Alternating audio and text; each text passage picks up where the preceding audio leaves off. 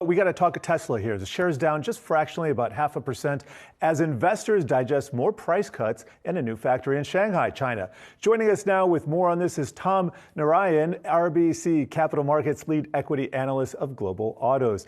Thank you for joining us here today. Let's just talk about the price cuts in Tesla, down another 4%, as you're noting in your notes to us, down about 19-20% year to date. They're leading the pack here, and they got a little bit of room to run. Just wondering how long they can keep this up.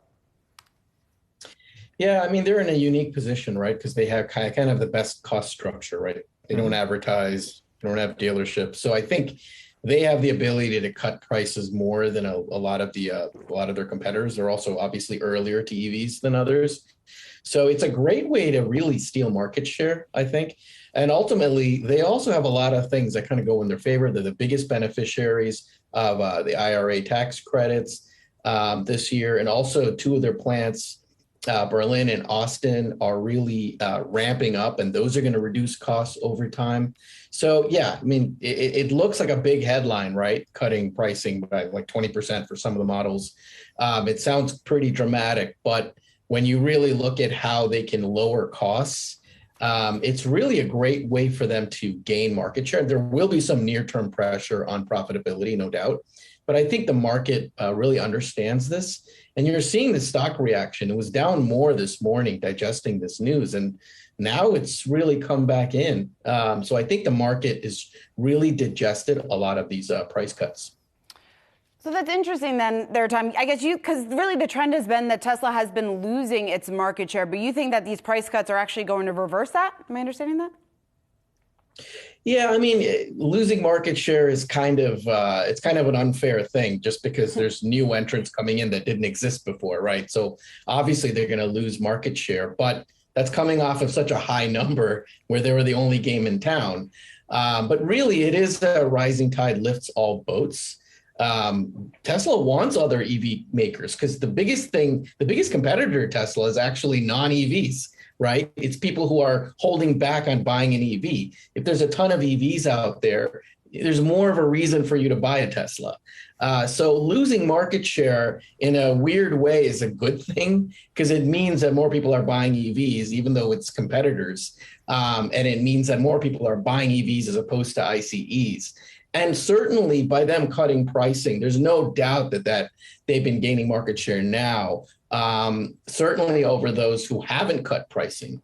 Just look at the delivery number they posted last week. It beat expectations around 420,000 for the first quarter. So I do think that this strategy of cutting prices is going to lead to higher sales. And fortunately for them, they do have some unique characteristics that make it so they don't have to sacrifice too much on profitability. Yeah, Tom, that makes sense when you put it that way, certainly. We had you on just about a week and a half ago, and you were expecting Tesla to deliver 445,000 vehicles. It fell a bit short of your expectation there. What's your overall takeaway just from the demand picture right now for Tesla and how it is as we enter the second quarter?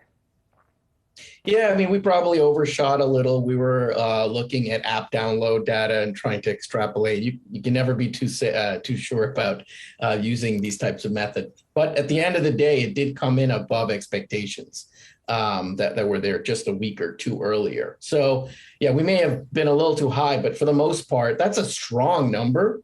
And now further price cuts, it's only going to help them gain volumes even more. Especially in China, where a lot of the competition is. That's where we're really seeing a pain point for some of their competitors, notably people like Volkswagen. And so it's a great way for them to at least maintain their position to the domestics like BYD, et cetera. So I think price cutting is just a natural thing that they have to do to keep growing.